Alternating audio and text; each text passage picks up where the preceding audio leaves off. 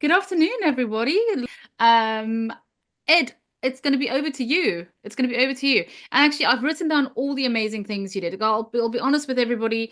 When I first saw Ed at a networking event, I'm like, is that the Ed Jordan? The Ed Jordan, right? Because obviously I grew up in the 90s and he had this gorgeous love song, perfect for a 19-year-old to be listening to, just adorable, lovely, the Ed Jordan. But I've actually since we've spoken a few times, and I've also just discovered that Ed is just one of the loveliest people that I know, and so much energy, and just really kind of when you think of Ubuntu, brings that to the table. And so I'm so glad you've agreed to be our speaker today. And you've done loads because by way of intro, you've done lots in the kind of singer-songwriter radio. I must have been listening to you at the Rude Awakening, I think, as well when I was going to hotel school in Santon. You must have been out there in the background as well. But you've also then kind of after your kind of performing career, you've kind of done you well maybe you were performing then at Standard Bank as well, but you were global head of wealth experience. You've become a professional coach with Gibbs, and bringing you all the way back to 2024, where you've relocated to the UK with your family. Big change, big move. And I think everybody that's made that move from South Africa to the UK knows what a big thing it is. And we're so delighted that you've slotted in with the South African Chamber community, because I think it really helps to just have some people that have kind of been through that process as well, to to support you in the early days. And you are, you've got a new company now, which I'm hopefully you're going to be telling us all about. So not the Tanya show, it's the Ed Jordan, everybody. Over to you, Ed. Thank you so much, Tanya. And I'm on such a high from our breakout sessions we've just had now. Wonderful group of people, 2 in South Africa, 3 in the UK. And to your point, being part of this community does help appease the transition process. So thank you to my brand new friends that were in the group beforehand, just to sort of get me into my seat. So thank you so much, Tanya, for this opportunity today. This is what Tanya and I call affectionately the 10-minute challenge. So I'm going to go for about 10, 11 minutes, and there might be some room for questions before we go into our breakout rooms again. So my name is Ed Jordan. I'm the Ed Jordan, as Tanya said, and I'm very, very proud South African and living here in the UK. I'm a musician, a recording artist, composer, and I also work as a trainer and leadership coach, mostly in financial services here in the UK and also still across Africa. So I'd like to kick off by thanking Neil Diamond, who gave the 10-minute talk at our last Ubuntu session, because I found that hugely helpful in the landscape we find ourselves in now. I love the way Neil recognized that this is a Chamber of Commerce session, and he spoke about business, doing business the right way, and a business-first approach. And I loved that. So it's a hard act to follow, Neil, but I'm going to do my best. Please grab a pen, everyone, because I'm in coach mode now, and I might give you some ideas you want to scribble down as we go along. So Tanya and I toyed around with a nice, invigorating, inspirational 10-minute session for today's Ubuntu, and we came up with South Africa, connection, and the power of saying yes. Now, I like this title. I'm going to stick to it for the next 8 minutes or so. If you're dying to type in the chat, hey, Ed, it's quite powerful to say no sometimes too. And there's a huge power in saying no to things, especially in your career or for your business. I get that. However, everyone, today, we're focusing on how being a South African, connecting with each other, saying yes can open doors to extraordinary opportunities. So the firms that I've worked with for the last 10 years, it astounds me sometimes how many of the people working within an organization never read the mission statement or the purpose statement, normally written and designed by very clever people in advertising agencies or clever creative minds. And the South African Chamber of Commerce UK is no different. On the website, and Sven, I hope you don't mind, I've nicked 1 or 2 lines, but there's a beautiful line that says the South African Chamber of Commerce UK is a bridge of opportunity between 2 nations. Isn't that a lovely image? A bridge of opportunity. So hold that in your minds. It says, with steadfast connections across business, law, finance, and government sectors, we're a catalyst for growth. We empower members to gain a competitive edge through alliances. Great to meet you on the call now, Matt.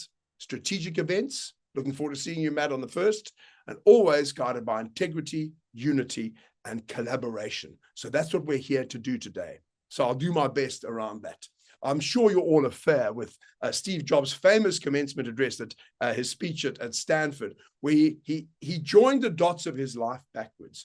And I encourage you all to sort of scribble away when you've got some time and just join the dots of your life backwards to those seminal moments where you said yes to things where perhaps you almost didn't say yes to them.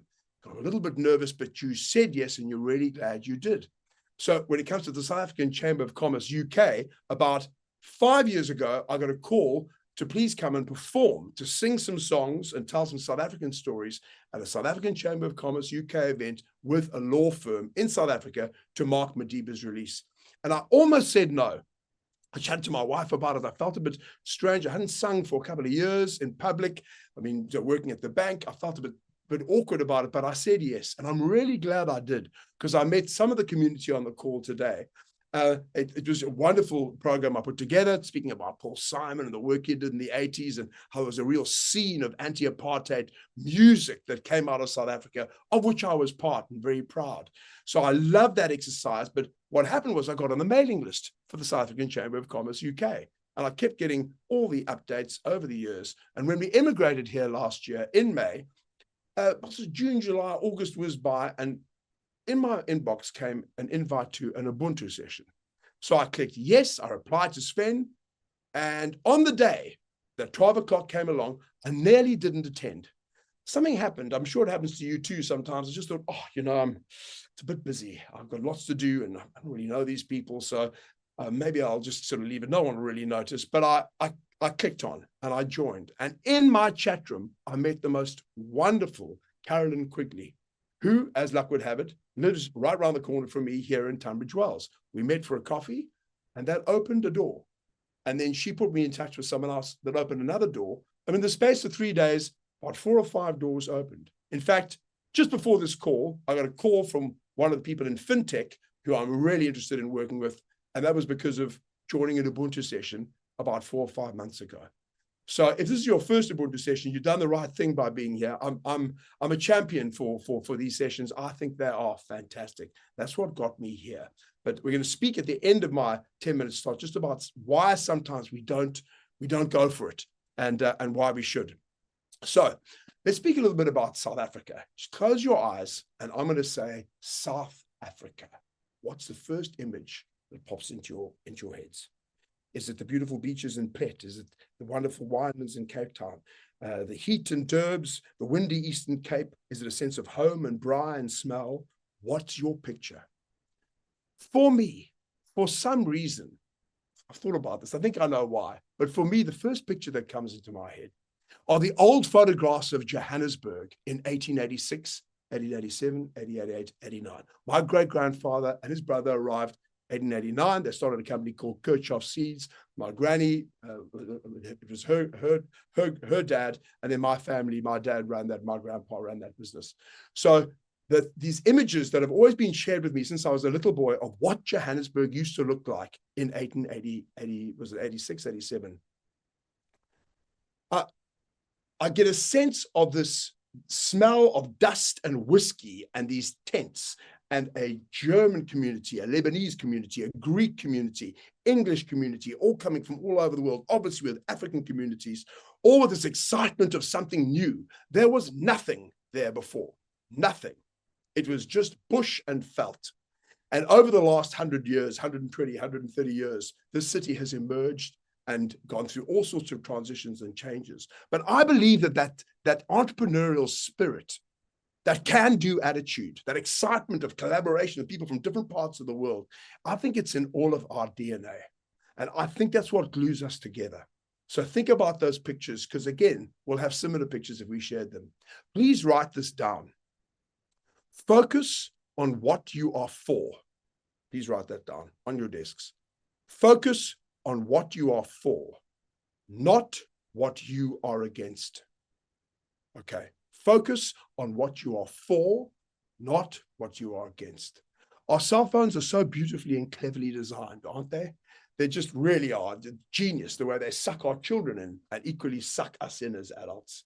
And it's very easy to get sucked in to a negative story of South Africa, because as you hover over it, the algorithm picks it up, the machines pick it up, and they spew out more negative stuff about our beloved, beloved country. And if we focus on that, we're not going to get anywhere. That's why I love this statement, focus on what you are for, because surely everyone here is for economic growth, empowerment through education and opportunity, unity and diversity, ethical leadership and accountability, innovation and African solutions, and of course, healing and hope. This is what we should be focusing on, not the stuff that we're anti, but what we want for our beloved country. Also, I think these are the themes that connect us. And as Tanya said at the beginning, this wonderful Ubuntu word, which means humanity. Humanity means treating everyone, regardless of race, color, creed, gender, socioeconomic background, the same. And we understand it as South Africans as I am because of who we all are. Now, on that note, I said yes to something in December last year. I was scrolling through my feed, and up came a songwriting course from an American songwriting school with Brian Eno, one of the greatest producers of all time. David Bowie, Talking Heads, U2, Coldplay, a genius. Well, we'll talk about the word genius now. One of the most incredible influences in the world. So I signed up. I paid £126. I nearly didn't, but I did. And I'm glad I did, because in this 1 month course I did with Brian, I think about 800 other students around the world, he taught us a word he's invented called scenius. This is another writer downer. SCENIOUS. A scenius. Because his argument is that someone like a Picasso, we call a genius, was a genius really, or was very good at what he did really, because of the people around him, the patrons, the people that challenged him, the people that argued with him, made him who he was. It wasn't just him. This myth of a solitary genius is dispelled by wonderful Brian Eno. And I think that this environment that we're in now, and the new energy that there seems to be around our country with everything that's going on at the moment, that there are these gaps. Just this last breakout room I was in now, it was evident to me there's this will to never give up and to make things happen. But again, I am, because we are. The scenius, I think, a new South African sort of dream of what things could be. We've got to hold that in our hearts and create a scenius. So when it comes to saying yes, I've thought about this, and why don't we just automatically say yes to things when they come along our way? And I think the real reason is that all of us are waiting for conditions to be perfect. Every now and then that happens. You're in a business class lounge and you suddenly find yourself sitting next to the CEO you've always wanted to sit next to, whatever the case, but it happens every now and then. But as a rule, it's really the case. Opportunities come when you least expect them. So let's talk science now on what's happening with our brains when it comes to, an opportunity presents itself and we go into a bit of a spin. That's because our amygdala, which is the brain's fear center, lights up and it goes danger. It doesn't go opportunity. It goes, that's out of my comfort zone, danger. So your amygdala doesn't care that this networking event at the South African Chamber of Commerce, UK, has just invited you to, it doesn't care that you're feeling anxious about it. It's just saying danger, danger. It doesn't see opportunity. Your prefrontal cortex, however, can override the amygdala. So that's your rational brain. It says, of course I should go and see Sven later. Of course Juliet's invited me to this. I should go and get involved and see how I can help others. The only time that this rational brain does not work is when we're tired, when we're depleted, and when we're stressed. And I think that's where self-care comes in. We've got to look after ourselves. So please hold this image of doors in your mind, because saying yes is an act of faith. Make yes a habit, even when you don't feel like it, when your system says no, your nervous system says no, because when opportunity knocks, you've got to open the door. Just think about the doors. At the end of this meeting, take down the LinkedIn profiles, reach out and introduce yourself, be bold and brave, and ask how you can help. I met Jason Lamb 2 weeks ago. The first thing he said, how can I help you? I never met Jason in my life before. And that's the spirit that I've got from everybody at the Chamber, is how can we help you with your business? How can we help you? And in turn, I'll do anything to help them. South Africa thrives where hearts connect. And when we dare to say yes, we unlock the potential in each other and in the unstoppable power of what we can all become. Thank you very much for having me. Thank you, Tanya, Jason, Carolyn, Neil, Juliet, Sven, and Dennis. Back to you, Tanya. Wow. Super powerful, beautiful. I'm definitely going to be taking that. What are you for? So listen, that was a little bit longer than 10 minutes, but was so worth it. So let's you have a couple of questions for Ed here. Can you give us a song, Ed? You got it. What would you like to hear? Whatever you want. Okay, so Tanya's favorite one goes, and if you hear me say I do, I'm only saying I love you. These are the words I say to you. Tanya, sing it. Definitely Always. not going to sing Mike. it. Thank you, Mike. Thank you, Mike. You nearly caught me there. You nearly caught me I there. think Sven knows all my children's songs, but that's for a whole other show, Sven. Thank you. He even knows the Afrikaans ones. Okay, thanks, Mike. Fantastic. Any last questions before we go into a breakout room? No, Ed, I think that was amazing. Such a powerful 10 minutes. And hopefully we can do something more with you in the future for more than just 10 minutes. So something we need to talk Definitely. about, Sven. But just yeah, I think no, I just wanted to say thank you for today. And it's been amazing. And I think it's amazing how many times when you think you don't want to go to that event and then you come away from it and you've picked up some opportunities. And just in our group, we were talking, one of the gents, I think it's John, mentioned the energy that you get from just communicating with people. And one of the standout, Tanya, you said networking events I went to was a business networking event where it was speed dating basically, and you sat across and you had 3 minutes to talk about yourself and your business. And you can just imagine the energy that came out of that room. We were all exhausted, an hour and a half of doing that. But yeah, that's what I just wanted to say thanks for today. Thanks, Jason. Sharon. Hi, lovely to see you, Ed. Lovely to see you again after all this time. Ed, just a quick one. Pre-COVID, post-COVID, where are us as humans, your customers, your banking customers, people at work, people at home, how are we suffering differently? From what were the things you tended to coach most on then, and what are the things you're finding you're having to focus on now? I think that everybody is suffering from a little bit of post-traumatic stress, and all of us have a sort of fake smile, and we put it on like this, and we just get on with it, and we just soldier on through. And no one's really mourned how horrible it was, because we just get on with things, and here we are, and we've got to look after our families and make money, everything the case may be. But I think everyone is a bit bashed. And when I do speak to teams and everything, I encourage people to get their chutzpah back. Chutzpah is a lovely Yiddish word, which we see, which is what got all of us to where we are in our careers. But I think that sort of that 3 year, that uncertainty sort of patch, and also the unsteadiness of the world of work now, which, to answer your question, are people happy, and what's the sort of state of mind? I think it'll definitely change shape in the years to come, with sort of fewer days at the office, people probably looking for more meaning with their work, depending on the kind of work you're doing. Very interesting, the breakout room we just had now about call centers being able to operate anywhere in the world, specifically in South Africa. There's opportunity everywhere, but the shape will be different. It's a bit ambiguous at the moment. But from a people perspective, I think that taking your teams and taking time for yourself to go away and get your spark back, because it was knocked out, and no one's actually had a break since COVID. Because as soon as COVID finished, we had 5 minutes, and then the Third World War started. Do you remember? We took our masks off, and then Ukraine was invaded. So it's relentless. It never stops. I think self-care comes into it, I think, Sharon. But great to see you. Thank you. Yeah. Appreciate it, Ed. I just want to thank you, Ed. Nice to see you again. Always a pleasure.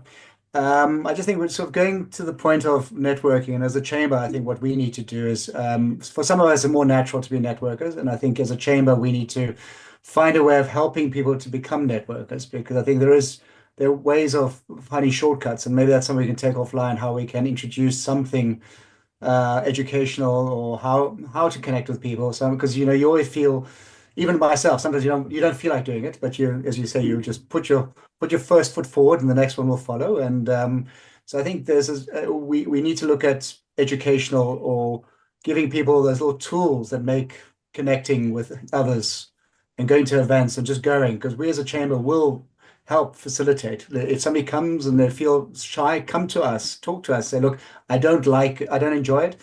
We'll find a way of connecting them. And I think, we can maybe talk to this offline at some stage and see as a chamber what we can offer and do something to help people do this easier. Yeah, absolutely. I think to Sharon's point, we're not fit. I found myself at an insurance event 3 months ago. I was standing at the food section having my third sandwich. But what am I doing? I've come all the way into London. I'm having a sandwich. I mean, you've got to just walk up and go, hi, Sven, what do you do? That's interesting. This is what I do. And in England, they're better than us. They go straight to the point, interestingly enough. Just, hi, Tanya, what do you do? Really, bang. And they tell you what they do as well. Because it's a networking event. It's not a social event. They're better at those elevator pitches, 30-seconders. Whereas we tend to go, well, I used to do this. And then I work with South African references that no one's heard from. So there's definitely an education piece. And I'm happy to help, Sven.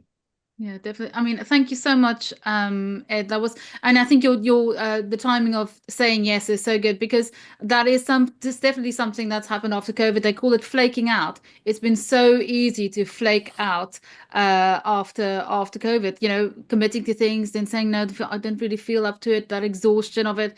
But and I like people, and I'm quite extroverted. But even I have had that. Oh, can I be bothered to go to these events? And I can promise you, every single time I force myself out that door to that event, it's been fantastic. And to that point, I will see you next week at your event, and we will meet in real life. So there we go. Thank you so much, Ed, and everybody for coming. Thank you very much. Have a good day, everyone.